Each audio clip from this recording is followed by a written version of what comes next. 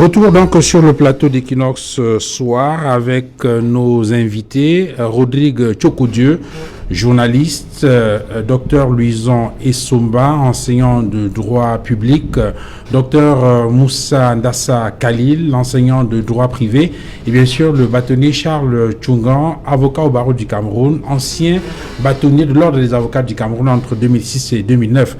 Maître Tchungan, vous avez écouté tout à l'heure Maître Josette Kadji qui pense que c'est l'Afrique qui gagne avec cet acquittement définitif de Laurent Gbagbo et Charles Blé Goudé. Avant le début du journal, on spéculait sur les perspectives en Côte d'Ivoire, notamment dans l'espace public après cet acquittement. À quoi va ressembler la Côte d'Ivoire, du moins sur le plan des enjeux politiques après cet acquittement? Je veux d'abord féliciter ma consoeur d'avoir contribué à l'acquittement de Charles et de Laurent à La Haye, et je partage son avis.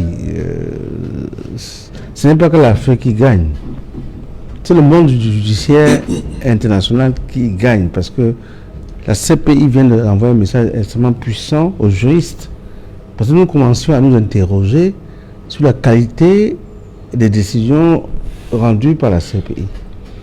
Maintenant, vous m'interrogez sur la Côte d'Ivoire.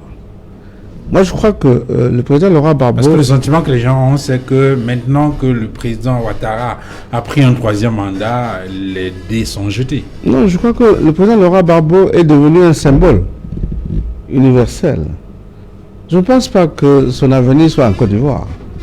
Le président Laurent Gbagbo doit maintenant prendre son bâton de pèlerin pour accompagner en Afrique et dans le monde les juristes qui se battent pour que la règle de droit soit appliquée. Il n'est pas juriste, vous savez, le président Laurent n'est pas juriste. Il est historien. Mais il est historien, mais il vient d'obtenir quelque chose d'extraordinaire, de symbolique. La seule personnalité à qui je le compare aujourd'hui, c'est Nelson Mandela. Je crois que son avenir n'est plus en Côte d'Ivoire. Parce que ceux qui pensent qu'il va revenir en Côte d'Ivoire pour disputer les quelques postes... mais il peut continuer à influencer le jeu politique en Côte d'Ivoire. Il le fera. Ouais. Je peux vous l'assurer, il va être un influenceur redoutable. Parce qu'il est politiquement redoutable. Et je pense que la personnalité qui va émerger aujourd'hui en Côte d'Ivoire, c'est Charles Blé Goudé. Par sa fidélité, par son engagement et par son âge. Parce que Charles aujourd'hui a la capacité de réintégrer l'espace politique ivoirien et d'influencer l'avenir de la Côte d'Ivoire. Je pense que le président Gbagbo aujourd'hui, son avenir est en Afrique et dans le monde. Et je pense qu'il faut qu'il prenne son bâton de pèlerin pour prêcher, n'est-ce pas, le respect de la règle de droit. Il a quand même payé 10 ans de sa vie pour y arriver. Et je pense que tous les juristes africains et dans le monde doivent le soutenir. Et moi, je voulais encore une fois dire ça. Bon, on va me dire que j'ai une dent contre Bensouda, mais je trouve qu'elle a été mauvaise joueuse. Voyez-vous, dans un conflit judiciaire, on gagne ou on perd. Mais quand on perd, on doit être un bon perdant. Mais non seulement elle a été mauvaise perdante, mais elle a insisté dans l'erreur. Mais monsieur Bâtonnier, vous parlez de Bensouda, vous revenez là-dessus. Je partage avec vous cette une de Libération ce matin en France. C'est un commentaire d'un Français. La Cour pénale internationale a confirmé l'acquittement de l'ancien président ivoirien. Son principal conseiller, le Français Bernard Houdin, commente une décision historique qui sanctionne à ses yeux une manipulation judiciaire impliquant la France. Oui, nous savons, parce que proche du dossier, je peux vous le dire, nous avons découvert dans le dossier de Laurent Gbagbo à La Haye une cassette, une cassette vidéo, qui en fait était une vidéo tournée au Kenya, dans la crise post-électorale au Kenya. Parce qu'en fait, les gens ont pensé que, comme tous les nègres se ressemblent, comme on dit souvent, tous les Chinois se ressemblent, n'est-ce pas? On s'est dit, ça passera. Mais on a analysé cette cassette. Les espaces que nous avions vus dans cette cassette n'étaient pas des espaces ivoiriens. Et finalement, on a fini par déterminer que cette vidéo avait été tournée au Kenya. C'est la première crise dans ce dossier. C'est pour ça que depuis qu'on a identifié cette fausse preuve, les magistrats sont devenus extrêmement prudents dans l'analyse de ce dossier. Parce qu'en fait de compte, lorsqu'on monte un dossier avec de fausses preuves, oui, ça sent manipulation. Les magistrats se sont dit, il faut qu'on fasse attention aux preuves qu'on nous produit. Et c'est la raison pour laquelle, au demeurant, la première chambre avait décidé d'écarter ces preuves-là et de donner un délai d'1 an au procureur pour représenter son dossier. Donc, par conséquent, ce journaliste de Libération a raison. Parce que les accointances qu'il y a entre, je voulais m'en excuser, mes amis français m'en excuseront, l'attentat de Bouaké. Il faut que les Français nous disent qui a commandité l'attentat de Bouaké, qui a sacrifié les 9 soldats français qui ont été tués dans cet attentat, qui a demandé au Togo, qui avait arrêté les pilotes ukrainiens, qui avaient piloté les avions qui ont bombardé la base militaire française, qui a demandé au président Eyadema de les laisser partir. C'est un lien qui nous renvoie au départ du président Gbagbo, qui a détruit le couloir. Parce que vous savez, entre l'ambassade de France et la présidence de la République en Côte d'Ivoire, il y avait un couloir. Un tunnel. Que Laurent Gbagbo, je peux vous le dire, puisqu'on en a parlé, avait bétonné quand il est arrivé au pouvoir. Qui a rouvert ce couloir? Il vous souvient que le président Laurent Gbagbo n'a pas été arrêté dans la rue. Non. On n'est pas venu l'arrêter dans son bureau. C'était dans son bunker. Il a été non, il n'était pas de bunker. Il a été arrêté dans sa chambre. Quel bunker? On l'a arrêté dans sa chambre. On est rentré chez lui comme si on entrait dans du beurre. On l'a arrêté et on l'a livré à ses adversaires. Et je voulais dire ici, pas pour le dédouaner, que Ouattara avait beaucoup de solutions. Je me souviens qu'il y avait des gens qui voulaient qu'il en finisse avec le président Laurent Gbagbo. Il a dit non, on ne le tue pas. Vous me l'amenez. Il a exilé à Korogo. Et puis c'était très compliqué dans son entourage. Et puis il a exfiltré à La Haye.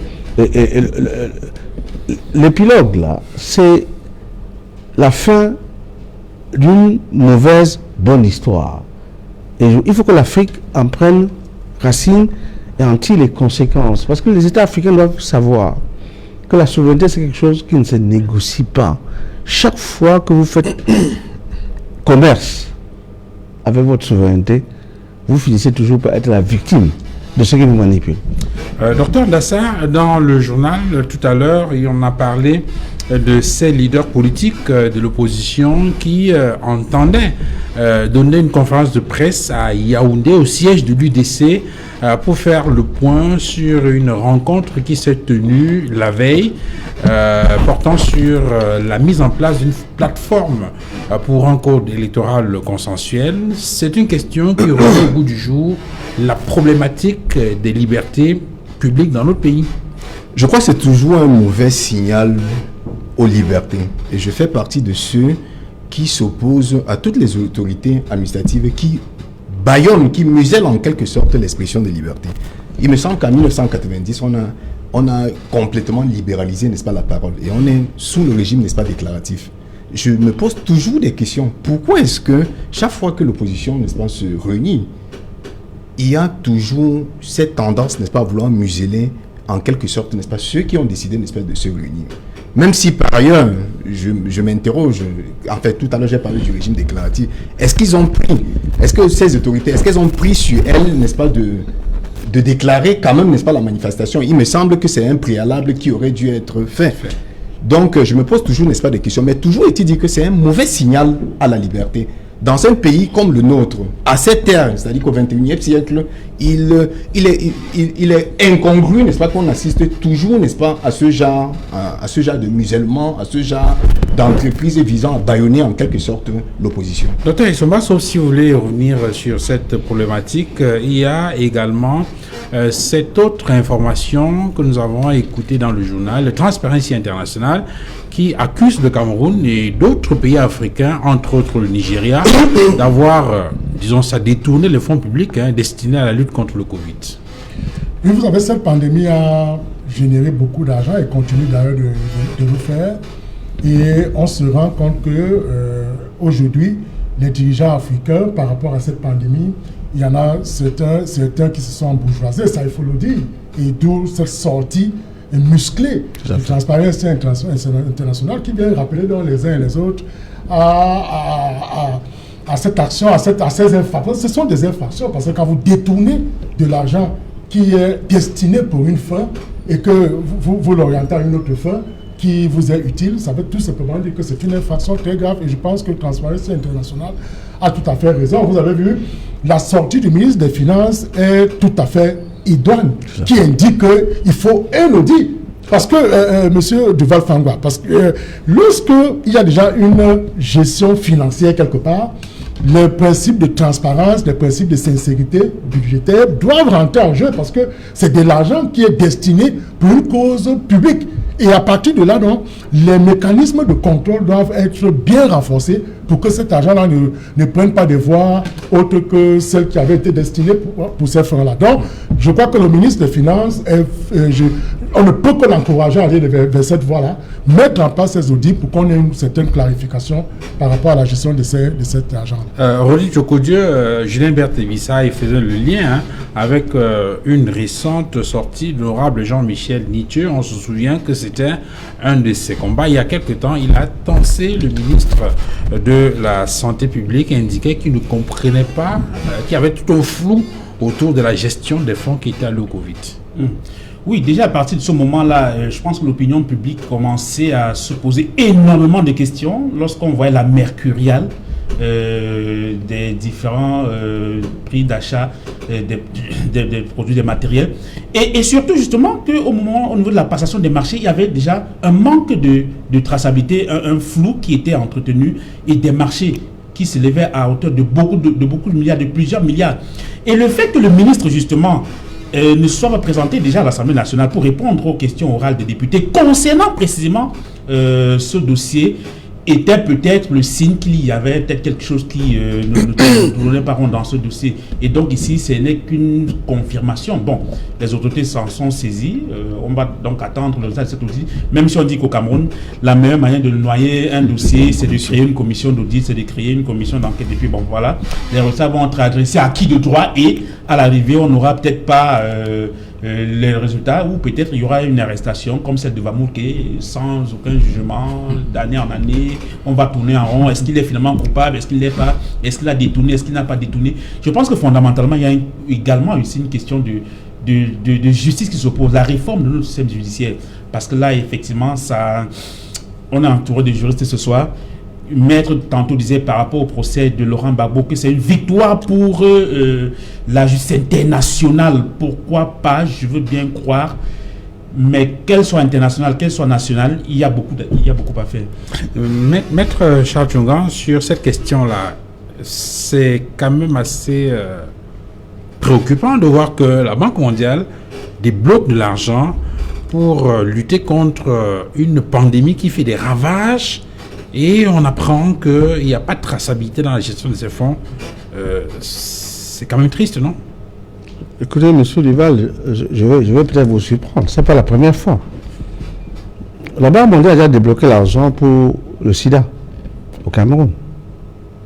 Et je vous souviens, parce que je suis un des avocats de ce dossier, que le délégué régional du ministère de la Santé, le docteur Bangé, qui était à Douala, a été arrêté, accusé d'avoir détourné les fonds SIDA. Moi, je l'ai défendu. On a été aux États-Unis pour avoir les enquêtes du FBI. Et le procès a eu lieu ici à Douala. Il a été acquitté. Parce qu'en réalité, les fonds Banque mondiale sont traçables. Et il est impossible, n'est-ce pas, en dehors de la BEAC et les banques primaires, de détourner un franc. Parce que les associations partenaires reçoivent leur argent par chèque. Donc, par conséquent, il n'est pas possible d'accuser le délégué régional de Douala d'avoir détourné les fonds SIDA. Je voulais le dire, je n'ai rien contre lui. Mais le ministre qui avait engagé cette procédure, quand j'ai fait libérer mes clients, il les a remplacés en Kondingue, le ministre de la Santé de l'époque. Donc, la question de la pandémie, c'est une question extrêmement grave. Voyez-vous, tous les matins, quand vous le réveillez, vous entendez que La nécrologie est dense. un oncle, un cousin, un ami, un frère est parti. Quand on vous donne l'argent pour protéger les populations, et que des bruits, justifiés ou pas, nous disent que cet argent a été capté, détourné, c'est extrêmement grave. Il va falloir que dans ce pays, nous ayons un peu peur de Dieu, comme je dis souvent. En cette semaine pascale, où je demande pardon à ceux que j'ai offensés, parce que j'ai pu offenser des gens, il faut que les gens aient peur de Dieu. C'est pas possible que sur une question aussi grave. Vous savez, la pandémie, c'est le stade le plus élevé en matière de santé dans le monde. Une pandémie, c'est quelque chose de terrible. C'est-à-dire que voilà quelque chose que personne ne contrôle. Aucune connaissance scientifique ne peut nous dire ce que c'est que le coronavirus. On ne sait pas. Nous découvrons, les chercheurs cherchent pour savoir comment on fait, c'est quoi, comment on peut soigner. Et vous avez des gens qui décident que les fonds qu'on nous alloue peuvent être distraits pour servir des intérêts personnels. Voyez-vous, moi je suis de ceux qui pensent que il va falloir que dans ce pays, le président de la République soit un peu plus violent vis-à-vis des gens qui prennent des libertés. Avec les fonds publics. Pas seulement sur les fonds publics, mais sur des fonds destinés à soigner le Camerounais. Je suis extraordinairement surpris que sur la question d'Orca, le riz là, je ne vais pas m'excuser, hein? C'est facile. Hein? Moi, j'ai des amis qui sont gouverneurs, qui m'ont dit que je n'ai jamais vu. On nous dit qu'on a donné au gouverneur, mais personne n'a vu la distribution. Comment se fait-il que notre système judiciaire ne soit pas pro-réactif? Parce que dans un pays normal, le procureur de la République aurait dû Se saisir. saisir d'office de ces questions qui touchent à l'ordre public. C'est-à-dire, il faut que les gens sachent que dans ce pays, quand même, le professeur à mes côtés, il faut que les gens sachent qu'il n'est pas possible de détourner les fonds publics, de tromper l'opinion publique et se balader dans la rue. Ils sont là, hein, on les voit. Ils paradent et nous on regarde. Et on nous dit qu'il y a un soupçon. Si le procureur peut apprendre qu'il y a une agression à Nobel, il doit enquêter. S'il apprend qu'il y a un meurtre quelque part, il doit enquêter. Mais comme vous me disiez tout à l'heure, les systèmes judiciaires sont ce que sont les systèmes politiques. et je dis. Docteur Dassa, il semble que vous vouliez dire quelque chose tout à l'heure sur cette sortie de Reporters sans frontières qui demande la libération de Amadou Vamoulke.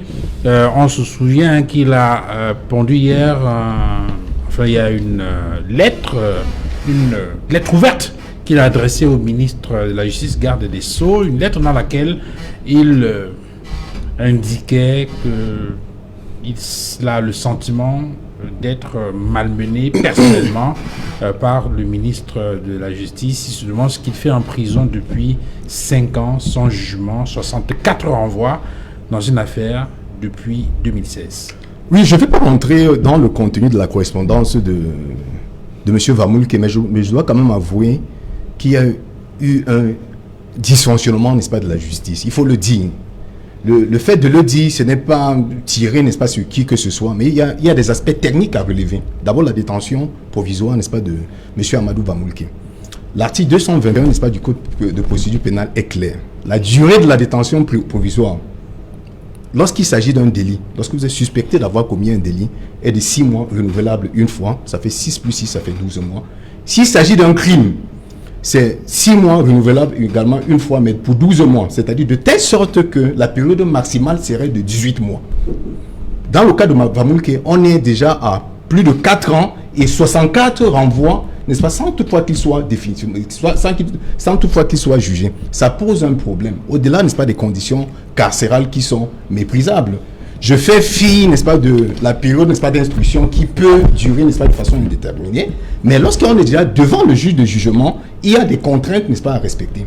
À ce niveau-là, déjà, il y a un problème techniquement par rapport à la détention de Vamulke. Encore que, parce qu'il faut faire une différence entre la prévention et la détention. Il aurait pu être, n'est-ce pas, dans une situation, n'est-ce pas, préventive, mais hors, n'est-ce pas, du milieu carcéral. Par rapport à son âge, par rapport à la pandémie, il y a beaucoup, n'est-ce pas, de choses. 71 ans. Voilà, il a 71 ans. Et puis, il me semble, je ne suis pas au courant, n'est-ce pas, du dossier, il me semble que le dossier est, on parle plutôt de tentative de détournement. Dans tous les cas, nous n'allons pas rentrer. Oui, c'est vrai que dans le contexte camerounais, et c'est une proposition que je fais, la tentative punissable est exactement punie comme l'infraction autonome. Donc, le législateur camerounais se fait plus répressif en matière de tentative, n'est-ce pas, punissable. Et aller dans les prisons, il a soulevé un autre problème, n'est-ce pas, par rapport à la capacité, n'est-ce pas, de nos maisons d'arrêt. À Yaoundé, Yaoundé a une capacité, n'est-ce pas, la prison de Kolengui, n'est-ce pas, je crois, de 1000 à peu près. Oui, 1000 à peu près. Allez-y, il y a plus de 4800, n'est-ce pas, personnes, n'est-ce pas, qui sont détenues. Et la majorité, n'est-ce pas, des détenus, ce sont des personnes qui sont en détention. En attente de jugement. Provisoire, en attente de jugement. Oui. Autant, n'est-ce pas, des choses qui complexifient ou bien qui contribuent à conjectionner, n'est-ce pas, la prison. Pourtant, je vous l'ai dit, c'est-à-dire que si on prend appui, l'exemple, n'est-ce pas, sur les pays occidentaux comme l'Espagne et autres, peut-être la France, lorsque vous êtes condamné à une peine privative de liberté, une peine ferme, n'est-ce pas, de moins d'1 an de prison, vous êtes dispensé, n'est-ce pas, d'être privé de liberté, n'est-ce pas, dans une maison d'arrêt.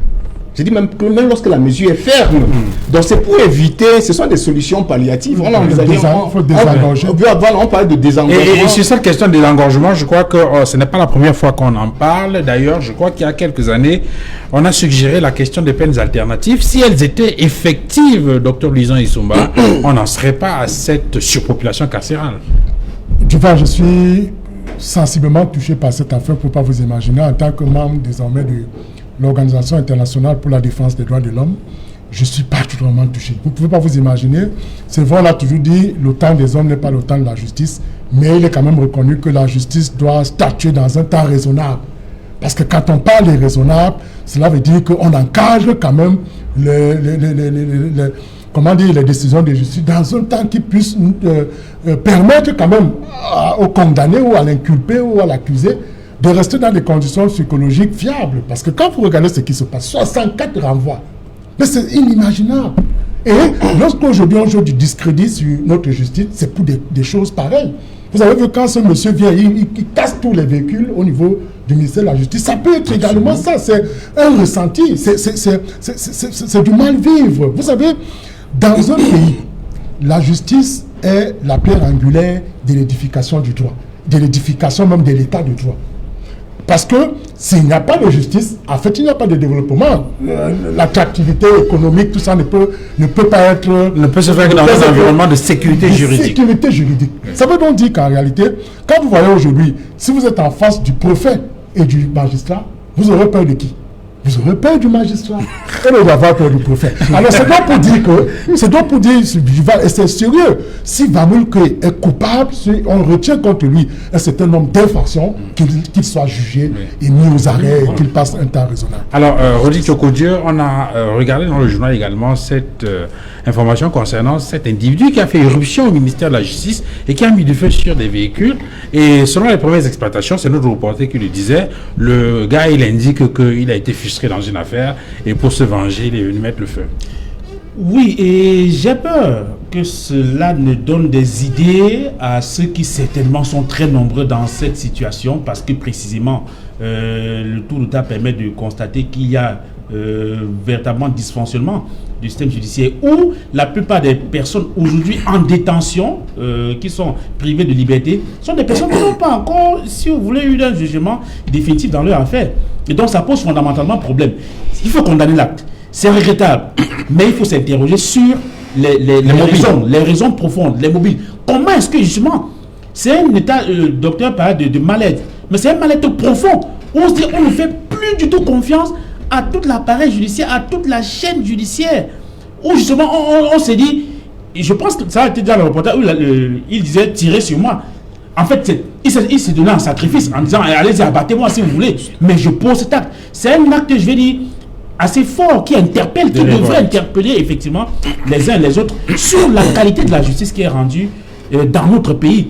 Et pour sortir du Duval, vous allez me permettre, sur la qualité de la justice mondiale également, sur cette affaire Laurent Gbagbo et la CPI, il y a eu un mouvement en Afrique pour le retrait des pays africains de la CPI. Il ne faut pas qu'on l'oublie. Il y a eu ce mouvement-là. Peut-être qu'il s'est estompé. Le moment, il me semble, est indiqué pour que l'Afrique s'interroge effectivement sur sa souveraineté.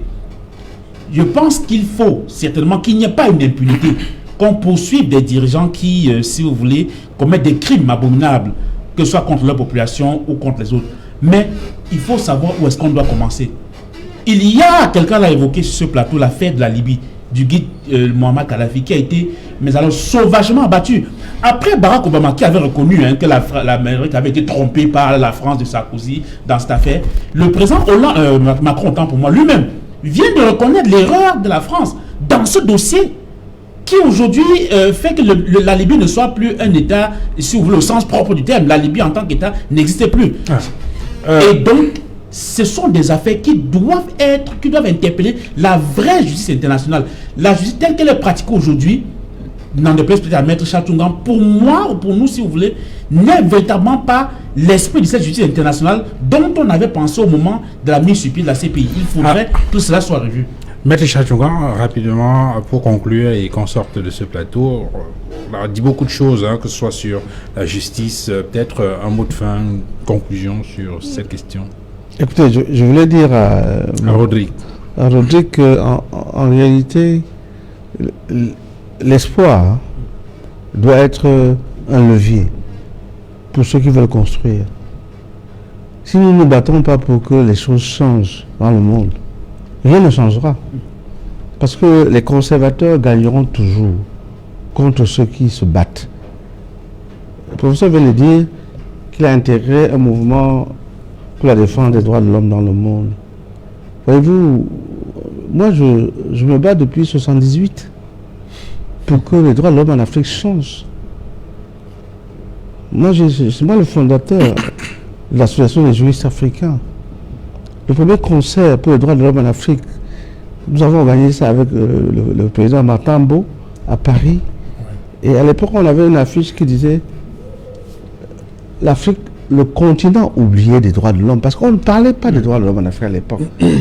C'était acté que la France, l'Espagne, le Portugal, ils avaient les possessions en Afrique et ils exploitaient. Nous, on s'est battus. À l'époque, on était inaudibles. Aujourd'hui, chacun va midi à sa porte. Chacun se dit défenseur des droits de l'homme. Mais c'était très compliqué à l'époque. Pour revenir chez nous au Cameroun, voyez-vous, ce qui s'est passé devant le ministère de la Justice, c'est un acte de colère.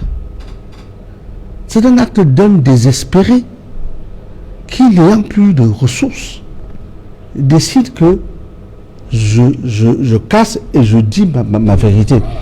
L'histoire de ce pays, c'est quoi, M. Rodrigue? C'est que les hommes qui vivent dans ce pays, il faut éviter ce qu'on appelle la justice populaire. Vous savez, quand les gens volent un mobile, on le prend, on prend le pneu, on met le feu. Pour éviter ça, il faut que nos justices redeviennent crédibles. Je suis un membre du corps judiciaire. Je défends la justice de mon pays.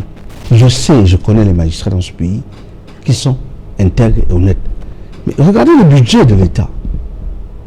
Regardez le budget que l'État consacre à la justice. C'est dérisoire. Vous ne pouvez pas demander à un procureur qui gagne 250 000 là. Il met les gens en prison tous les 2 jours là. Et puis le soir, vous le voyez en train de aller un taxi avec les gens qu'il a fait condamner. Ce n'est pas possible. Dans les pays organisés, des magistrats, ce sont des notables. On dit que c'est des bourgeois. C'est des gens qu'on ne voit même pas. Aujourd'hui, vous rencontrez les magistrats partout, même dans les cafés, vous les voyez assis là, parce qu'ils n'ont pas le statut que leur fonction leur permet d'être. Et je vous le dis ici, à Equinox, que notre pays a 3 pouvoirs. Il y a le pouvoir législatif, bicaméral, Sénat, Assemblée nationale. Il y a le pouvoir exécutif. Bicéphale. Oh, c'est vous qui le dites. Moi, je ne partage pas ton avis, mais on reconnaît quand même que c'est deux têtes, même s'il y a une prééminence. Et le pouvoir judiciaire. C'est le président de la République. Attends, moi, je dis que c'est le président de la République. Et le pouvoir Et puis, judiciaire. le pouvoir judiciaire qui est incarné par ces femmes et hommes qui, tous les jours, essaient d'arbitrer entre les conflits. Donc, essayons de les aider pour que demain, les Camerounais trouvent leur compte dans le système judiciaire camerounais. Sur les propositions que vous faites, Maître Charles Djungan, je voudrais inviter les uns et les autres et ceux qui regardent cette émission à parcourir un ouvrage que vous avez publié, que vous avez écrit il y a quelque temps maintenant, de l'impossible justice au Cameroun, un ouvrage publié aux éditions L'Harmattan, où d'ailleurs vous faites beaucoup de propositions, non seulement sur l'amélioration de la qualité de la justice, mais surtout sur comment mettre fin à la surpopulation carcérale. On en parlait tout à l'heure. Merci, messieurs, d'être venus sur ce plateau. Merci à vous, Rodrigue Tchokodjo, d'être venu. Vous êtes journaliste et vous travaillez pour une Duval, de la place. Moi j'ai pas pu aller à Matin, Chabel. Pardon, de notre ami Aman Mana, qu'il me pardonne. Merci également à vous, docteur Luison Osoba. Je dois juste pour finir indiquer que le protocole de Malabo prévoit déjà la Cour pénale africaine. Ok. Merci, docteur Moussa Ndassa Khalil, d'être venu sur ce plateau. Oui, merci Duval, c'était un plaisir. Et merci également au bâtonnier Charles Djungan d'avoir accepté de venir échanger avec nous ce soir après. Je suis en revenant. Merci à toute l'équipe technique autour de Mitran Dame. Madame, messieurs, merci d'avoir suivi cette autre livraison d'Equinox ce soir. Duval Fangwa pour vous servir. Bonsoir chez vous.